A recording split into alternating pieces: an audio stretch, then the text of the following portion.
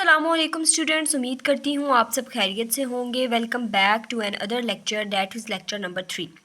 मुझे पता है मैंने लेक्चर अपलोड करने में काफ़ी ज़्यादा देर कर दी है, बट थोड़े से प्रॉब्लम्स की वजह से और मेरे लैपटॉप में थोड़ा इशू हो गया था, जिसकी वजह से मैं वक्त पे लेक्चर ना एडिट कर पा रही थी और ना अपलोड, और फिर कुछ अपने मिड्स की प्रिपरेशन का भी मसला था, जिसकी वजह से लेक्चर्स को अपलोड करना पॉसिबल नहीं था। खैर, अब मैंने सोचा कि एक कमेंट भी मुझे आया कि आप लेक्चर अपलोड कर दें, तो फिर जब आप कमेंट्स वगैरह करते हैं, ये चैनल को सब्सक्राइब करते हैं, तो बड़ी फिर सेटिस्फेक्शन होती है और इंसान कहता है कि अब तो हमें जो है ना अपलोड करना ही चाहिए। कोई आपको सुन रहा है या आपसे किसी को फ़ायदा हो रहा है तो फिर इंसान टाइम निकाल ही लेता है। तो मैं सबसे पहले तो आज आपसे ये रिक्वेस्ट करूँगी कि मेरे चैनल को सब्सक्राइब कर दें, ताकि मेरा ना दिल किया करे मैं वीडियोस आपके लिए अपलोड किया करूँ, और कमेंट्स में बताया करें कि आपको लेक्चर कैसे लग रही हैं।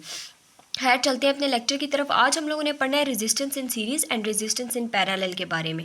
रेजिस्टेंस के बारे में तो आप सब ने पढ़ा है कि रेजिस्टेंस किसको कहते हैं। रेजिस्टेंस मैंने आपको लास्ट लेक्चर्स में बताया था, वो लेक्चर्स आप एक दफ़ा दोबारा जाके ले लें कि रेजिस्टेंस जो है वो रुकावट होती है। जैसे हमारी नॉर्मल करंट गुजर रही है तार में से और तार को हम दरमियान में से काट देते हैं, तो अब तार में से करंट नहीं गुजरेगी क्योंकि हमने तार को काट दिया है, ठीक है। तो रेजिस्टेंस का मतलब यही है कि जब हम अपने करंट के रास्ते में कोई रुकावट पैदा करते हैं। बात करते हैं आज के अपने लेक्चर के ऊपर कि resistance in series and resistance in parallel होता क्या है। रेजिस्टेंस का तो उम्मीद करती हूँ अब आपको अच्छे से पता चल गया होगा कि रेजिस्टेंस कहते हैं हम रुकावट को। तो अब बात करते हैं रेजिस्टेंस इन सीरीज़ की। रेजिस्टेंस इन सीरीज़ का मतलब ये होता है कि अगर हमारे पास एंड पॉइंट एक रेजिस्टेंस यानी कि एक वायर है, फॉर एग्जांपल उसका एक वायर का एंड पॉइंट है और एक और वायर आपने ली है उसका ना फेस वाली साइड से, मतलब एक की टेल और एक का जो फेस वाला एरिया ना वो आपने ले लिया। उन दोनों को जब आप आपस में कनेक्ट कर देते हैं तो वो हम कहते हैं कि ये हमारा रेजिस्टेंस इन सीरीज़ है, यानी कि एक का एंड पॉइंट और एक का स्टार्ट पॉइंट जब कंबाइन होते हैं तो वो रेजिस्टेंस इन सीरीज़ होती है। देखिए, आपका एक लगा हुआ है नोड ए, एक बी, ए सी और एक डी। ये वही दो लाइंस हैं जो इन्होंने ऊपर से उठाई हैं। अब यहाँ पे वही चीज़ मैं आपको बता रही हूँ कि नोड बी और नोड सी देखें। नोड बी एक वायर का एंडिंग पॉइंट है फर्स्ट वायर का, और नोड सी दूसरी वायर का स्टार्टिंग पॉइंट है। ये दोनों अब आपस में इस तरह जुड़े हुए हैं कि पहली वायर का एंड पॉइंट और दूसरी का स्टार्टिंग पॉइंट आपस में जुड़े हुए हैं। मतलब इस चीज़ का ये है कि ये आपका अब सीरीज़ में कनेक्ट है, तो सीरीज़ में जो भी कनेक्ट होगी चीज़ उसका ये की यही निशानी होगी कि पहली वायर का एंड पॉइंट और दूसरी का स्टार्ट पॉइंट होगा। ये अब आप लोग देख लें, हमारा जो सीरीज़ में होती है ना उसका फॉर्मूला देख लें। वो उसका लिखने का तरीका होता है REQ=R1 + R2। तो सीरीज़ में जब भी आपके पास कोई चीज़ आएगी सर्किट के अंदर, पहले तो आपने ये देख लेना है कि आपको पता कैसे चलेगा कि ये सीरीज़ में है। फर्स्ट का एंड पॉइंट, सेकंड का स्टार्ट पॉइंट। जब ये पता चल गया कि सीरीज़ में है तो फिर आप लोगों ने वहाँ पे फॉर्मूला लगा देना है सीरीज़ का, R1 को R2 में प्लस करना है, ठीक है।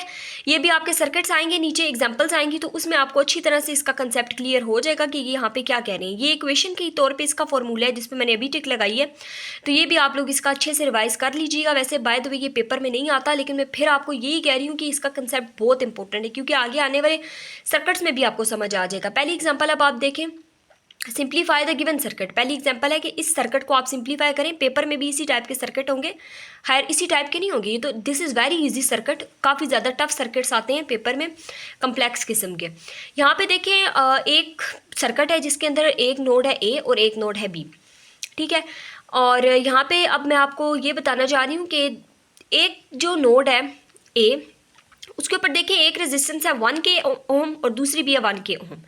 इन दोनों रेजिस्टेंसेस का एक तो आपने नेम रख लेना है, ठीक है। और दूसरी बात ये है कि अगर आप लोगों के पास आमने सामने होती हैं रेजिस्टेंसेस, ये जो अभी मैं आपको बात बता रही हूँ कि सीरीज़ में इसका क्या मतलब होता है, ये जो चीज़ अभी मैं आपको बता रही हूँ ये इसका मतलब है कि सीरीज़ में, यानी कि अगर आपका फर्स्ट का एंड और न्यू वाली लाइन का स्टार्ट पॉइंट आपस में जुड़ा हुआ होगा तो वो सीरीज में होगा। अब इधर देखें, इसका एंड वाला पॉइंट और इसके स्टार्ट वाले पॉइंट से आपस में जुड़ा हुआ है, ठीक है।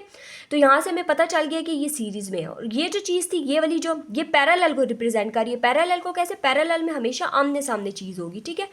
लेकिन यहाँ पे अब हमें पता चल गया कि ये सीरीज में है, क्यों? क्योंकि इसका बीच में दरम्यान में देखो कोई नोड नहीं है, कोई न्यू लाइन नहीं ऐड हो रही, जस्ट फर्स्ट का एंड और सेकंड का स्टार्ट पॉइंट है, जिसकी वजह से हमें पता चल गया कि ये सीरीज़ में। अब ये तो हमें पता चल गया कि ये सर्किट सीरीज़ में है। अब हमने इस सर्किट को ना ऐड करना है, ठीक है। जैसे कि R1 हमने नेम रख देना है एक का, और एक का हमने R2 नेम रख देना है। आप किसी का नेम भी R1 रख सकते हैं, लेफ्ट वाले का रख लें R1 और या राइट वाले का रख लें, आपकी मर्जी, आंसर एक ही आएगा। फिर आपने सीरीज़ का फॉर्मूला लगाना है, REQ हमने फाइंड यहाँ से करना है, R1 को R2 में प्लस करना है, यानी R1 भी है 1 और R2 भी है 1, दोनों को प्लस करेंगे तो 2K ओम आ जाएगा।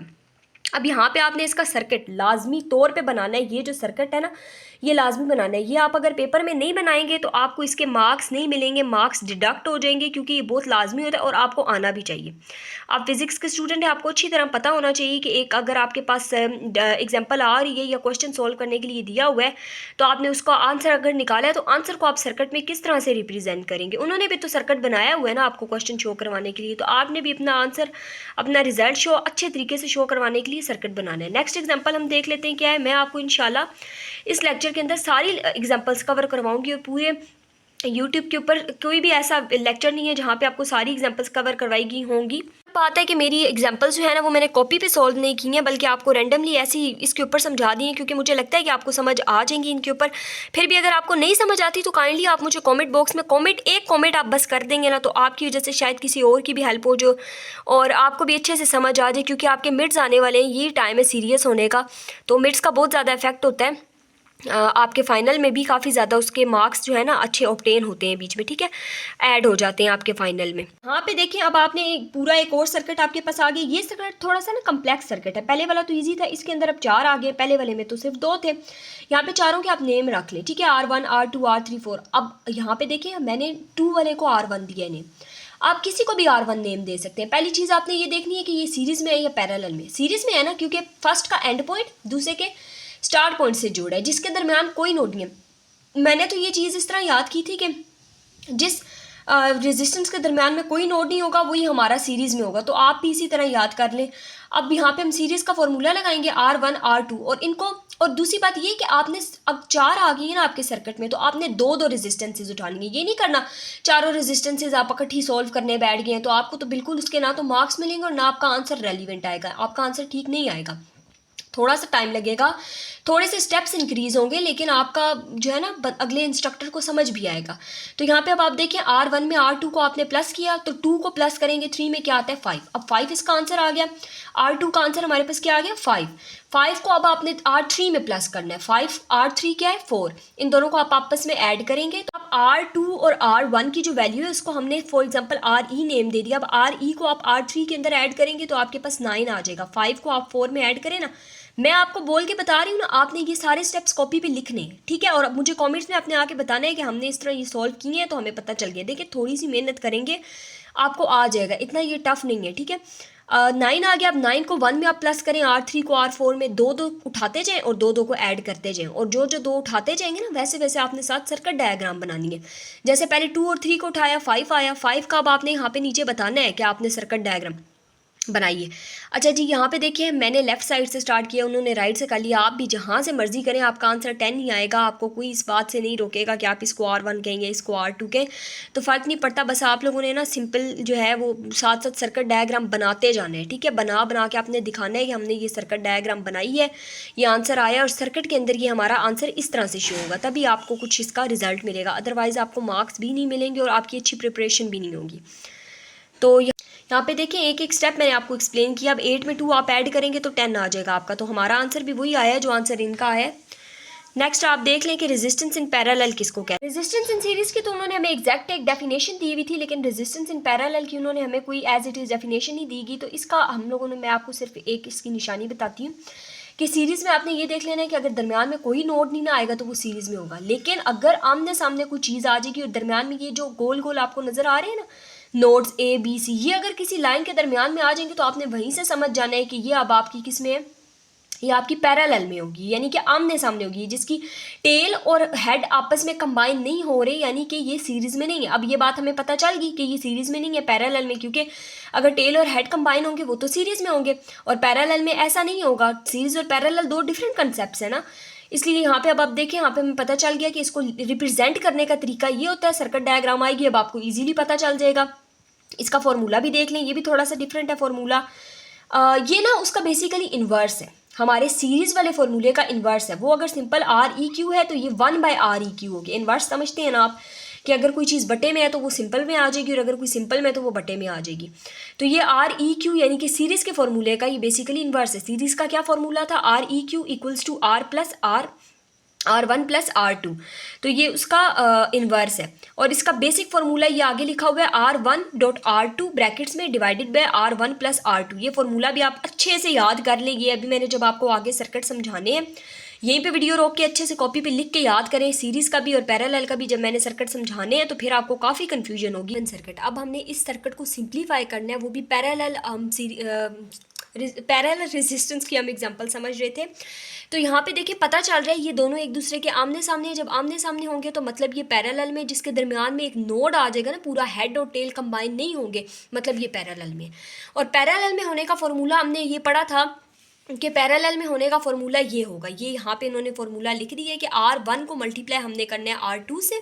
इसको नेम दे देते हैं ना R1, और ये जो है इसको नेम दे देते हैं R2, या अगर आप इसको R1 देना चाहते हैं जैसे आपकी मर्जी, आंसर सेम आएगा। अब R1 को हम लोग रख लेते हैं इस तरफ, ठीक है, मल्टीप्लाई कर लेते हैं इसको R2 के साथ, और डिवाइड में हमने क्या करना है, ये जो R1 और R2 इन दोनों को प्लस भी कर देना, तो हमारा आंसर आ जाएगा। और जो भी आंसर आएगा उसको हम लोगों ने अपने सर्किट की फॉर्म में लाजमी रिप्रेजेंट करना है, अदरवाइज नो मार्क्स, आपको कोई मार्क्स नहीं मिलेंगे, 0 मार्क्स मिलेंगे अदरवाइज आपको। तो ये बात आपने लाजमी याद में रखनी है, जेन में रखनी है कि आप लोगों ने साथ में सर्किट भी आंसर का लाजमी बनाना है। और ये सर्किट आप पेंट में बनाएंगे, मैं इसके ऊपर भी एक वीडियो बना दूंगी, क्योंकि मेरा खुद पेपर जो है ना, इसी वजह से मेरी 3% जो है ना 3% कम हुई थी। सिर्फ मेरे 97% इसमें इसी वजह से आए थे, क्योंकि मुझे थोड़ा पेंट को यूज़ करने में मसला हो रहा था। तो यहाँ पे देख लेते हैं कि नेक्स्ट हमारी एग्जांपल है सिंप्लीफाई द गिवन सर्किट। अब ये एग्जांपल देखें, इसमें फिर कम्प्लेक्स चीज़ आ गई है, जिस तरह हमने सीरीज़ में पढ़ी थी। अब आपने सीरीज़ और पैरेलल के फार्मूला को कंबाइन नहीं करना, फार्मूला को कॉपी पे लिख के अच्छे से प्रैक्टिस करें। पैरेलल में कैसे पता चला, दोनों एक दूसरे के आमने सामने, तो हमें पता चल गया कि ये पैरेलल में है, ठीक है जी। तो अब बीच में नोड भी आ गया। अब इसको इसी तरह से सॉल्व करें, 4 को 4 के साथ मल्टीप्लाई करें, डिवाइड में 4 को 4 के साथ प्लस करें, तो क्या आता है हमारे पास 2। ये एक स्टेप कंप्लीट हो गया। इसकी हमने सर्किट डायग्राम भी बनाई जिसमें बताया कि 2 आ गया। फिर से ये एक दूसरे के आमने सामने है, यानी पैरेलल हैं, दोनों को आपस में मल्टीप्लाई करें और डिवाइड में दोनों को आपस में ऐड कर दें, तो हमारे पास क्या आ जाता है 1। और आंसर जो आया उसको हमने रिप्रेजेंट करना है अपनी डायग्राम के अंदर, ठीक हो गया। नेक्स्ट हम मूव ऑन करते हैं अपने नेक्स्ट एग्जाम्पल की तरफ, एग्जाम्पल नंबर 5। इस वीडियो में आपको मैं सारी एग्जाम्पल्स इसकी कवर करवाऊंगी। एग्जाम्पल नंबर 5 है हमारे पास, simplify the given circuit. Just यही ऊपर आएगा, कोई आपको नहीं बताएगा कि इसको सीरीज में करें या पैरेलल में करें, या इसके अंदर सीरीज में रेजिस्टेंस लगी हुई है या पैरेलल में रेजिस्टेंस लगी हुई है। लोगों ने देख लेना है कि ये दोनों, सबसे पहले आपने ना दो को उठा के करना है। अगर आपके पास कम्प्लेक्स सर्किट आ रहा है जिसमें 6 आपके अंदर इंट्रीज आ रही हैं रेजिस्टेंस की, तो आपने ऐसे नहीं करना कि आप सबको उठा के एक ही बार, दो से आपने स्टार्ट करना है। ये अब तीनों आ रही हैं, तीनों को आप इकट्ठे सोल्व करें, ऐसे आपका आंसर कभी भी नहीं सही आएगा। 12 और 4 को देखें, दोनों आपस में पैरेलल हैं। कैसे पता चला, एक दूसरे के आमने सामने लगे हुए तो हमें पता चला, और दरमियान में नोड भी आ रहे हैं। दोनों को किस तरह सॉल्व करेंगे, 4 × 12 डिवाइडेड बाय 4 + 12। R1 को R2 के साथ मल्टीप्लाई करके डिवाइड में R1 को R2 में प्लस कर देने, ठीक है, आपका सॉल्व हो जाएगा और 3 के ओम आंसर आ जाएगा। अब जो इसको आंसर आया है उसको आप यूँ लिख लेंगे। और अब इस चीज़ को देखें, इसके साथ ये क्या आपस में पैरेलल है? नो, पैरेलल नहीं है। क्यों? क्योंकि आमने सामने तो नहीं है। यहाँ इसकी टेल और इसका हेड आपस में कंबाइन हो रहे हैं। तो अभी आपको थोड़ा कंफ्यूजिंग लगेगा, लेकिन आप लोग इसकी प्रैक्टिस करें, इंशाल्लाह आपको इसकी समझ आ जाएगी। तो अब हमने इसको सीरीज़ के अकॉर्डिंग सॉल्व करना है। एक सर्किट में पैरेलल भी आ सकता है और सीरीज़ भी। 3 और 2 को ऐड करें, सीरीज़ का ये फॉर्मूला है। R1 और R2 को प्लस करेंगे तो आपके पास आंसर आ जाएगा। जो आंसर आएगा उसको सर्किट के अंदर रिप्रेजेंट करें। और ये जो सिंबल है इसको देख के परेशान नहीं होना, ये पैरेलल का सिंबल है। जिस तरह के परपेंडिकुलर का सिंबल इस तरह होता है ना, इसी तरह ये पैरेलल का सिंबल है। लिखें ना लिखें कोई फ़र्क नहीं पड़ता। नेक्स्ट एग्जाम्पल फिर से देख लें, इसको और इसको अब आप लोग देखें। मुझे लगता है कि ये एग्जांपल आपको खुद करनी चाहिए, बट फिर भी मैं आपको एक दफ़ा समझा देती हूँ। इन दोनों को देखें, इसकी टेल एंड इसका हेड आपस में कंबाइन हो रहे हैं, मतलब जुड़े हुए हैं ना। ये देखें, दरमियान में ना कोई नोड है ना ये आमने सामने है इस तरह। तो ये तो सीरीज़ में 8 को 4 में प्लस करते हैं जस्ट सिंपल, तो आपके पास 12 आ जाएगा। सर्किट में रिप्रेजेंट कर दें। अब इस 12 और इस 12 को देखें, वही बात आ जाती है, हमने सबको इकट्ठा नहीं करना वरना आपका आंसर ठीक नहीं आएगा। इस 12 और इस 12 को देखें, दोनों एक दूसरे के आमने सामने है, दरमियान में नोड भी लगा हुआ है, मतलब सीरीज़ में नहीं है, पैरेलल हैं। तो 12 को 12 से मल्टीप्लाई करें, डिवाइड में 12 को 12 से प्लस कर दें, तो आपका आंसर आ जाएगा जी 6 के ओम। 6 के ओम को फिर आप सर्किट में रिप्रेजेंट करवाएं। अब इसको और इस 4 को देख लें, दरमियान में कोई आपके पास नोड नहीं है और ना ही इसकी मतलब आमने सामने आ रहे हैं। हेड और टेल वाला कंसेप्ट है, तो सीरीज़ में है, यानी कि 6 को 4 में प्लस करें तो आपके पास 10 आ जाएगा। आप 10 और 6 को देखें तो दोनों आपस में पैरेलल हैं। क्यों पैरेलल हैं? आमने सामने लगे हुए हैं। दोनों को सॉल्व करेंगे पैरेलल के फॉर्मूला के साथ, तो आपके पास ये आंसर आ जाएगा। इस क्वेश्चन की खुद प्रैक्टिस करें, आपको इंशाल्लाह ये ज़रूर समझ आ जाएगा। और दूसरी बात ये है कि अगर आप लोगों को लगता है ना कि आपसे ये सर्किट नहीं बन सकेंगे, आप लोग इसकी कॉपी पे प्रैक्टिस करके देखें तो सही। आप खुद मुझे कमेंट में आके बताएंगे कि ये बहुत ईजी था और आपने बिल्कुल ठीक कहा था। अब यहाँ पे इस सर्किट को देखें, आपको लग रहा होगा बहुत ज़्यादा कम्प्लेक्स सर्किट है, कैसे करेंगे। बिल्कुल परेशान होने की ज़रूरत नहीं है। 6 को और 3 को देखें, सीरीज़ में है या पैरेलल में। अगर तो सीरीज़ में है तो आप इसको सीरीज़ के थ्रू सॉल्व करें। इसको सॉल्व करके फिर नेक्स्ट आप लोग जो आपकी इसकी 6 और 3 को सॉल्व करके वैल्यू आ गई है, जैसे 9 आ गई। अब हमें नहीं पता कि ये सीरीज़ से आई है या पैरेलल से, क्योंकि ये क्वेश्चन आप खुद सॉल्व करेंगे और मुझे कमेंट्स में आप आके बताएंगे कि आपको समझ आई है या नहीं। और अगर आपको ये क्वेश्चन ना समझ आए तो आप मुझे लाजमी कमेंट बॉक्स में बता दीजिएगा, तो मैं इसके ऊपर ना डिटेल में फिर से आपको समझा दूंगी, क्योंकि कुछ काम आपने खुद भी तो करना है, होमवर्क भी तो देना है आपको। सारा मैंने ही बता दिया तो फिर आपको तो समझ। आप लोग इस एग्जाम्पल में देखें, ये 1 और ये 2 आपस में सीरीज़ में है। कैसे पता चला? फर्स्ट का हेड और सेकंड की टेल ये आपस में यहाँ पे इस जगह पे कंबाइन हो रहे हैं, दरमियान में इस टाइप का कोई नोड नहीं लगा हुआ, मतलब ये आपस में सीरीज में। इन दोनों को सॉल्व करके आपने आंसर इस जगह पे सर्किट में लिखना है, ठीक है। इधर नहीं लिखना, इस जगह पे लिखना है ताकि वो आगे इजीली सॉल्व हो। इन दोनों को सीरीज के जरिए सॉल्व करें। 2 और 1 क्या होता है? 3। 2 और 1 होता है 3। इन दोनों को सॉल्व करके सर्किट में हम लोगों ने 3 लिख दिया।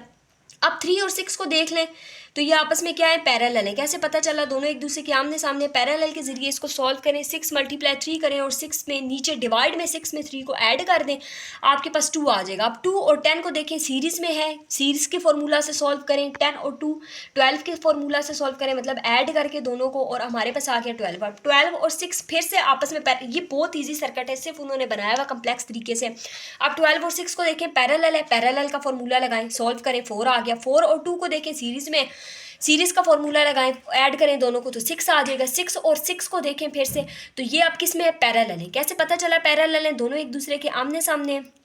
6 multiply 6 divided by 6 plus 6 formula parallel का लगाया, आंसर आ गया हमारे पास।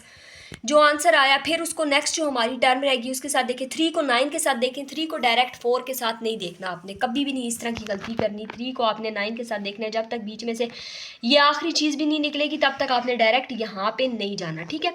यहाँ से यहाँ आए, देखें ये आपस में सीरीज़ में है, ये पैरेलल है, सीरीज़ में लगे हुए हैं। क्यों? क्योंकि इसकी टेल एंड इसका हेड आपस में कंबाइन है। इन दोनों को प्लस करेंगे आप, सीरीज़ के फॉर्मूले में प्लस ही होता है ना, तो 12 आ जाएगा, ठीक है। अब 12 और 4 को ये इस तरह ही आप सॉल्व करेंगे तो आपसे हो जाएगा। फिर भी अगर ना सॉल्व हुआ तो बताइएगा, मैं आपको ना कॉपी के ऊपर ये सॉल्व करके करवा दूंगी। वैसे ये है बहुत ईजी। चलें जी, यहीं पे हमारा आज का लेक्चर होता है एंड। बहुत ईजी एग्जांपल्स थी। आपको अगर अभी भी कम्प्लेक्स लग रही हैं कमेंट बॉक्स में मेंशन कर दीजिएगा, मैं आपके लिए ना डिटेल वीडियो इस पे बना दूंगी। असल में मसला ये हुआ है कि मैंने आपके लिए काफ़ी डिटेल वीडियो इस पे ऑलरेडी एडिट करके रखी हुई थी, लेकिन मैंने आपको बताया कि थोड़े से इशू की वजह से मेरी वीडियो डिलीट हो गई है, तो इस वजह से अब मुझे थोड़ा जल्दी करना पड़े क्योंकि मिड्स बिल्कुल सर पे आ गए हैं। तो मैं चाहती हूँ कि आपकी प्रिपरेशन भी हो जाए। उम्मीद करती हूँ आपको मेरा लेक्चर नंबर 3 अच्छा लगा होगा। अगर अच्छा लगा तो चैनल को सब्सक्राइब करना बिल्कुल मत भूलिएगा। मिलते हैं नेक्स्ट लेक्चर में, तब तक के लिए अल्लाह हाफिज़।